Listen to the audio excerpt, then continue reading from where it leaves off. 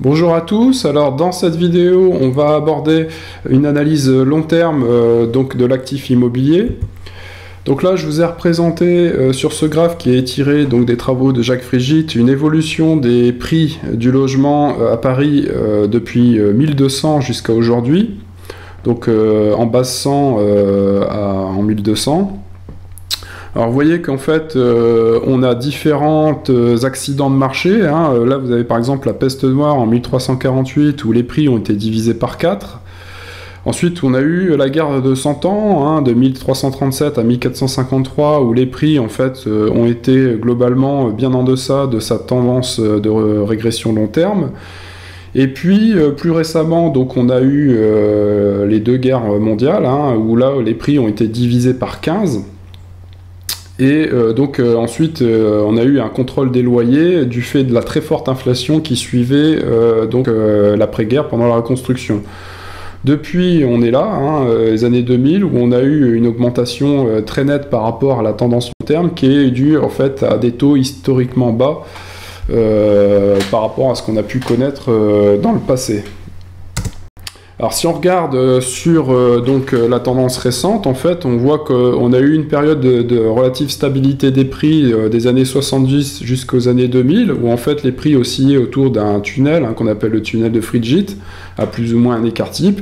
Et à partir des années 2000, c'est-à-dire à peu près au moment où on a l'éclatement de la bulle Internet, on va avoir une succession de quantitative easing, hein, donc l'impression monétaire massive pour rembourser les dettes, et ça va se traduire par une inflation des actifs, et en particulier de l'actif immobilier, très importante, avec une envolée des prix pendant plus de 6 ans, jusque aux années 2008, où là ensuite on a eu une petite baisse de 6 à 7% sur le marché parisien qui était liée à la crise des subprimes, et puis une relative période de stabilité depuis, mais à des niveaux de prix qui sont quand même 2,5 fois ce qu'ils étaient historiquement, donc des prix qui sont très nettement survalorisés par rapport à leur tendance long terme. Alors maintenant, si on s'intéresse à la rentabilité d'un investissement dans l'immobilier, il faut prendre en compte deux choses, qui est donc les dividendes, bon typiquement c'est les loyers, hein, qui sont versés chaque mois, et la croissance, donc c'est-à-dire la plus-value ou la moins-value du capital investi. Hein, c'est-à-dire que lorsque vous achetez un appartement, son prix sur le marché il fluctue, il y a des années où il baisse, des années où il monte. Alors là on est sur une expansion des prix depuis 20 ans, donc sur Paris, hein, on a une croissance qui est très forte, hein, de l'ordre de 4 à 5%, mais avec donc des loyers qui eux suivent en général l'indice des prix. Voilà, donc quand on cherche à déterminer la rentabilité, c'est ces deux choses-là qu'il faut prendre en compte, c'est la plus-value qui est liée à la croissance des prix sur le marché et le rendement locatif net. Alors pourquoi net?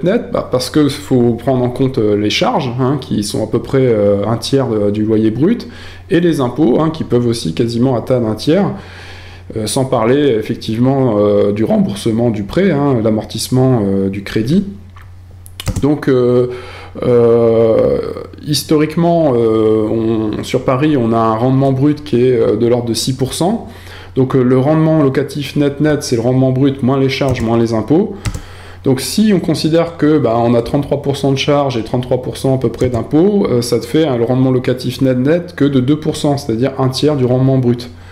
Alors ce qu'il faut voir, c'est qu'aujourd'hui sur Paris on n'est plus à 6%, hein, on est à 2,7%, donc ce qui fait qu'on a des rendements nets qui sont incroyablement ridicules, hein, par rapport à leur tendance long terme.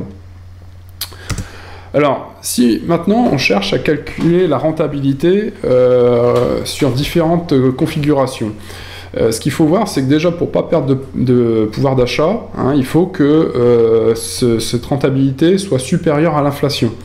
Donc c'est-à-dire qu'on nous offre un rendement locatif et une plus-value qui permettent de déplacer l'augmentation naturelle des prix. Alors on va étudier différents cas. Donc par exemple, vous avez 3% de rendement par an et 3% de plus-value annuelle sur votre appartement. Donc ça veut dire que vous avez une rentabilité par an de 6%. Si l'inflation n'est que 2% par an, bah, ça veut dire que vous avez donc une rentabilité réelle, c'est-à-dire en termes de pouvoir d'achat, qui est donc de 6 moins 2, c'est-à-dire 4%. Donc typiquement, si vous avez investi dans un appartement à 100 000 euros, vous avez votre rendement va vous ramener 3 000 euros de loyer annuel. Le marché fait que les prix augmentent à peu près de 3% donc, sur l'année, donc vous avez gagné 3 000 euros sur votre capital. Donc en gros, en nominal, vous avez 106 000 euros. Mais comme les prix, l'année d'après, ils ont augmenté de 2%, c'est pas 106 000 en termes de pouvoir d'achat, c'est 106 000 moins 2 000, c'est-à-dire 104 000. C'est le premier cas, hein. Donc vous avez de la plus-value et du rendement. Maintenant, on va regarder un deuxième cas où vous avez fait une moins-value. Donc typiquement une récession, hein, comme en 2007-2008, une baisse des prix de l'immobilier. Donc vous faites toujours du rendement à 3%, mais vous avez une moins-value de 2%. À ce moment-là, votre rentabilité, elle est plus que de 3 moins 2, c'est-à-dire 1%. Et comme votre inflation, elle est 2%, en nominal, vous gagnez de l'argent parce que vous êtes à 1%, mais en réel, vous perdez de l'argent. C'est-à-dire que l'année d'après, vous pouvez acheter moins de choses si vous revendez votre appart que l'année d'avant. Puisqu'en fait, votre rentabilité réelle, elle est de 1 moins 2, c'est-à-dire moins 1%. C'est-à-dire que si vous avez investi un appart à 100 000, vous avez 3 000 euros de loyer, moins 2 000 euros de moins-value, donc votre nominal il est à 101 000, mais si on retire l'inflation, au bout d'un an, vous avez plus que 99 000 en termes de capital. Et ça, c'est en un an. C'est-à-dire que si vous avez ça pendant 5 ou 10 ans, vous pouvez perdre facilement 5 à 10% de votre capital investi. Donc ça, c'est typiquement à prendre en considération si on a donc des années de vache maigre dans l'immobilier, avec des moins-values régulières chaque année, même si vous avez des loyers qui sont encaissés, vous allez perdre de l'argent sur le long terme. Maintenant, on va regarder le double effet qui se coule, hein, donc moins-value sur le capital plus de l'inflation. Alors qu'est-ce qui va se passer? Mettons que vous faites moins 6% de moins-value, donc vous allez avoir moins 3%, c'est-à-dire que là, même en nominal, vous êtes en négatif, hein, c'est-à-dire que votre rentabilité, elle est de moins 3%, vous perdez de l'argent, vous avez des loyers qui rentrent, mais ils ne suffisent pas à compenser la baisse sur le prix du marché de votre immobilier. Alors c'est vrai que si vous êtes un investisseur long terme, vous dites, bon, c'est comment dire, passager, et donc je finirai par me rattraper, sauf que si ça dure des années et des années, le prix de l'appartement que vous avez investi, lui, il va baisser. Il va baisser et du coup, vous allez perdre de l'argent et les loyers ne suffiront pas à compenser cette baisse. Et en plus de ça, vous avez l'inflation qui va se rajouter là-dessus, ce qui fait qu'en termes de réel, c'est encore pire. Vous perdez moins 5% par an, c'est-à-dire moins 3% de rentabilité nominale, moins 2%, donc vous perdez moins 5%. C'est-à-dire sur un investissement à 100 000 euros, en réel, vous récupérez que de 95 000 au bout d'un an. Donc c'est important à comprendre ça, parce que les gens souvent ils disent ouais, mais le loyer c'est bon, ils vont rembourser l'investissement. C'est pas forcément vrai, hein. Et bien souvent, ce qui se passe, c'est que lorsque les prix baissent, les loyers baissent également, parce qu'en fait vous allez avoir un effet contagion, hein, sur les loyers. Comme les gens ont des difficultés à louer leur appartement, ils vont baisser le prix et puis ça va se répercuter donc sur les loyers. Ce qui fait que si vous avez engagé un prêt qu'il faut rembourser les traites tous les mois et que votre loyer baisse et qu'en plus vous voyez que vous remboursez un crédit sur un prix qui lui-même baisse, là c'est la double peine, quoi. Alors, on va voir un quatrième cas, donc, où là, cette fois-ci, on a une forte inflation, donc c'est-à-dire que vous faites du rendement, vous avez de la plus-value, parce que, en général, lorsqu'il y a de l'inflation, les prix de l'immobilier augmentent aussi. Alors, ils peuvent augmenter moins vite que l'inflation, c'est ce qu'on va voir. Si par exemple, vous faites du 3% de rendement net, et puis une plus-value annuelle de 3% sur votre appartement, mais que l'inflation, elle est de 7%, vous voyez que votre rentabilité, elle est nominale, elle est de 6%, mais votre rentabilité réelle, elle est de moins 1%. C'est-à-dire que vous faites de la plus-value, vous faites du rendement locatif, vous dites, c'est bien, je gagne de l'argent. Non, en réalité, vous en perdez. Pourquoi? Parce que l'inflation, elle est tellement forte Hein, c'est typiquement les années 70, hein, où on avait une très forte inflation en France, également après-guerre, pendant la reconstruction. Il faut voir que l'inflation, on a eu de l'hyperinflation, hein, plus de 50% d'inflation en France, et là, si les prix de l'immobilier ne suivent pas, bah, vous êtes en perte sèche. Hein. Vous perdez de l'argent tous les ans. Donc, un investissement immobilier, c'est pas forcément gagnant-gagnant. Hein. Donc, c'est bien ça qu'il faut avoir à l'idée lorsqu'on investit. Alors, comme je vous ai tracé ici, vous voyez que après-guerre, vous voyez que les prix se sont effondrés. Et comme il y a eu une hyperinflation en France, c'est-à-dire une remontée très très rapide du fait de la planche à billets, il fallait imprimer de l'argent, et ben on a eu une inflation galopante et les loyers augmentaient énormément. Donc qu'est-ce qu'a fait le gouvernement? Il a bloqué les loyers, un contrôle des loyers, ce qui a énormément ça a énormément, disons, rogné la rentabilité de l'investissement. Alors maintenant, si on cherche à regarder la moyenne long terme donc de rentabilité d'un investissement immobilier sur le long terme. Donc là, je vous ai pris les performances revenus réinvestis sur 40 ans et qu'on la compare à d'autres classes d'actifs. Donc en vert, c'est les logements sur Paris. En bleu, les obligations. En orange, c'est l'or, les forêts, le livret A. Et donc en moyenne, l'inflation sur 40 ans, elle était de 3,9%. Bon, vous voyez que quand même, l'immobilier, ça marche assez bien. Hein, ça fait 11% en nominal. Donc si vous dégrévez l'inflation, ça fait 7 moins 4, ça fait 11 moins 4, ça fait 7%, ce qui fait à peu près la rentabilité action, hein, dividende réinvesti. Hein, les actions, c'est du 7% par an réel à peu près, du 10% ou 11% en nominal. Donc vous voyez qu'un investissement immobilier rapporte à peu près autant qu'un investissement action sur le long terme. Alors, comme je vous ai indiqué, des travaux, notamment de Jacques Frégic, ont permis de reconstituer les prix sur des longues périodes. Alors, tendanciellement, le rendement brut parisien des appartements, c'est de l'ordre de 6%. Hein, on a des extraits, par exemple, de la gazette La Fourmi Immobilière, qui nous dit que de 1899 à 1913, les loyers représentaient à peu près 6 à 7% du prix d'achat moyen. Vous avez également L'art de placer et gérer sa fortune de Beaulieu, qui est un ouvrage dans lequel il relate que les prix au début du XXe étaient autour entre 6 et 7% selon les arrondissements. Donc en gros, un logement sur Paris valait à peu près 200 loyers. C'est la valeur qu'on retient, c'est 6% de rendement, ce qui correspond à un PER de 15. Et aujourd'hui, on est nettement au-delà, hein, puisqu'on est à 10 500 € du mètre carré, donc qui correspond en fait à un PER de 37. Alors pourquoi on a des prix qui sont si élevés sur Paris, hein, c'est simple, il faut simplement connaître ce qu'on appelle l'actualisation des cash flows. Hein, en fait, qu'est-ce que c'est que le prix, la valeur d'un investissement? C'est ce que ça rapporte annuellement sur une durée infinie. Alors, il y a une formule, hein, bon, je ne vais pas vous embêter avec des formules de mathématiques, c'est la formule de Gordon Shapiro, qui est la formule d'actualisation des cash flows, qui nous dit qu'en fait, le prix d'un actif, c'est la somme des dividendes revenus réactualisés qui tient compte en fait de la croissance également, la plus-value annuelle des prix. Donc si on fait cette somme à l'infini, hein, on trouve que en fait, ça se simplifie en une seule et même formule, qui est en fait le prix, c'est le dividende sur le taux de rentabilité interne moins la croissance. Donc typiquement, les dividendes, c'est quoi? C'est les loyers annuels, donc 12 fois le loyer mensuel. Le taux de rentabilité, c'est ce qu'on a vu tout à l'heure, hein, donc c'est 11,8% par an.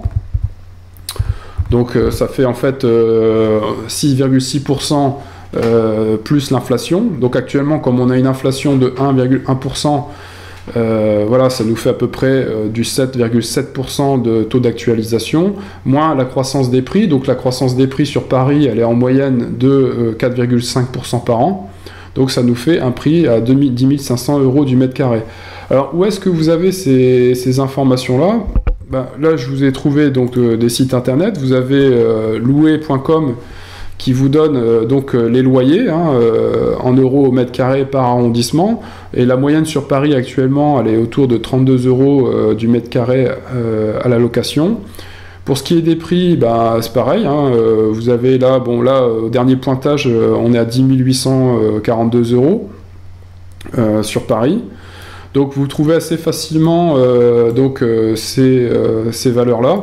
Alors ce qu'il faut voir, c'est que 32 euros là pour ces charges incluses. Donc si vous voulez les revenus, les loyers bruts, il faut prendre 75% de cette valeur pour ramener au loyer annuel brut, et on est autour de 23,5 euros du mètre carré actuellement. Voilà, donc c'est ce qui est indiqué ici, avec la croissance des prix. Ça, vous pouvez le trouver chez les notaires Île-de-France, où vous avez la croissance des prix moyenne sur les 5 dernières années, elle est autour de 4,9%. Donc, ce qui justifie actuellement en fait un des prix à 10 500 euros. Par contre, est-ce que c'est tenable sur le long terme? Est-ce qu'on va avoir du 5% de croissance par an? C'est-à-dire, est-ce qu'en gros, on va avoir des taux d'intérêt qui seront à zéro dans les prochaines années? Rien n'est moins sûr. Alors là, j'ai fait un petit exercice, je me suis amusé à calculer ce que seraient les prix si, par exemple, on n'avait plus une croissance de l'ordre de 5% par an, mais que de 3%. Vous voyez que les prix sur Paris baisseraient illico presto à 6 000 euros du mètre carré. Et si la croissance des prix chutait à 2% par an, là, ça serait quasiment 5 000 euros du mètre carré. Donc, en fait, les prix sont très très corrélés aux anticipations de croissance et donc aux anticipations de taux d'intérêt. Et comme le marché directeur, c'est le marché US, en fait, ce qu'il faut surveiller, c'est les taux directeurs US. Vous aurez à ce moment-là la tendance long terme. Alors là, notre façon de les représenter, c'est de représenter les prix en SMIC au mètre carré. Donc, vous voyez qu'actuellement, on est à 10 500 euros du mètre carré, pour des loyers bruts à 23,5. Donc, le PER, qui est le prix divisé par les dividendes, est de 37. C'est-à-dire qu'en fait, il faut 37 années de loyer pour se payer un appartement, contre 15 années historiquement. Ce qui fait un rendement de 2,6% contre 6,6%. Donc les rendements sont historiquement faibles du fait de taux d'intérêt historiquement faibles également. Donc la perspective d'une remontée des taux d'intérêt à l'avenir inquiète les investisseurs, c'est normal. Alors comment on peut savoir si les taux d'intérêt vont augmenter et donc les prix de l'immobilier baisser? Il faut regarder la tendance long terme. Alors là, c'est pareil, là je vous ai indiqué pour la province, c'est pareil, là on est survalorisé au-delà de 42% par rapport à la moyenne historique. Sur Paris, on est à 150% au-delà de la moyenne historique, elle se situe à peu près ici, à 4 SMIC du mètre carré. Donc là, on est à 9 SMIC du mètre carré, donc on est à 2,5 fois à peu près la moyenne historique. Et pour ce qui est des prix en province, on est à peu près à 42% de la moyenne historique. Ça veut dire qu'un retour à la moyenne signifierait, en fait, là on est à 2,2 SMIC au mètre carré, c'est-à-dire 2500 euros du mètre carré, un retour à la moyenne, ça veut dire un retour de l'ordre de 1800 euros du mètre carré, c'est-à-dire 1,5 SMIC au mètre carré en province. Alors, pourquoi les traites sont quand même abordables du fait qu'on a quand même des prix qui, comme on a vu, qui sont très très élevés, c'est le fait de taux d'intérêt qui sont très faibles. Là, je vous ai représenté ce qu'était une traite pour un 50 mètres carrés en euros constants. Donc là, c'était en euros 2017. Vous voyez que pour un appartement en province, la traite mensuelle moyenne, on va dire médiane sur les 50 dernières années, c'est à peu près 800 euros en euros constants. Et vous voyez que, en fonction des périodes, ça plus ou moins aussi autour de cette valeur. Et là, actuellement, on est à peu près sur la valeur médiane. Ça ne veut pas dire que les prix sont médians. Ça veut dire que les taux d'intérêt sont très faibles. C'est toujours le couple taux-prix qu'il faut prendre en considération. Donc vous avez des prix très élevés, mais à des taux très faibles. Ce qui fait que la traite, elle est relativement abordable. Si par contre on avait des taux d'intérêt plus élevés, là comme par exemple dans les années 80, vous aviez des taux d'intérêt à 10 voire 15%, demandez à vos parents, ils vous le diront, et vous voyez qu'investir à ce moment-là dans l'immobilier, c'était pas très intéressant. La meilleure période pour investir, c'était au début des années 2000. Vous voyez que là, en fait, le couple taux-prix était très intéressant puisqu'on avait pour un appart à 50 mètres carrés, des traites à 600 euros. C'est-à-dire que vous combiniez à la fois des taux d'intérêt qui étaient raisonnables, hein, de l'ordre de 3 à 4%, et des prix qui étaient raisonnables ici, compte tenu de la tendance long terme. Donc là, actuellement, on a des prix qui sont très élevés, mais à des taux d'intérêt long terme, ce qui fait que la traite, elle est abordable, hein. On est toujours sur des ratios de 33% d'endettement par rapport aux revenus, donc c'est abordable pour les ménages, mais une remontée des taux ferait que forcément ces 33% seraient dépassés, et donc il faudrait baisser mécaniquement les prix pour que les ménages soient solvables. Alors là, si on essaye de faire des projections long terme sur les taux d'intérêt US, vous voyez qu'en fait on a deux phases, hein. Une première phase inflationniste jusqu'au début des années 80, et puis début des années 80, où l'inflation avait atteint quand même 15% aux États-Unis, hein, suite aux dépenses qui étaient faites notamment au Vietnam, hein. Le gouvernement américain avait énormément dépensé et fait tourner à la planche à billets pour financer ses déficits, ce qui fait que le dollar s'était dévalué fortement, et Paul Volcker à cette époque-là a relevé fortement les taux directeurs de la Fed, ce qui a eu effet mécaniquement de faire baisser les taux à 10 ans. Et depuis, on est sur une baisse continue des taux à 10 ans, avec aujourd'hui des taux historiquement faibles aux États-Unis, hein. On est à 1,8% sur le 10 ans US. Donc la probabilité qu'on ait une remontée des taux, elle est quand même relativement importante, hein. Là, je vous ai pris le taux médian sur les 100 dernières années. Là, je représente sur 100 dernières années, c'est 3,8%. Donc là, on est à moins 1,5 écart type à la moyenne, c'est-à-dire qu'en fait, on a une probabilité de hausse des taux qui est de 94% contre 6% historiquement, ce qui est considérable, hein. Donc il ne faut pas négliger la probabilité d'une remontée des taux d'intérêt et donc d'une baisse du prix de l'immobilier.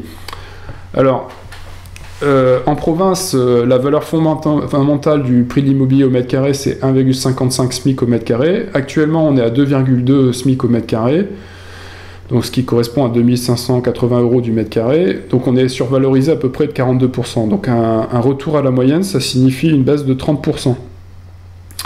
Si on avait une remontée des taux d'intérêt, alors l'exercice est de savoir de combien une remontée de taux d'intérêt impacterait le prix de l'immobilier. Là, je vous donne une règle simple.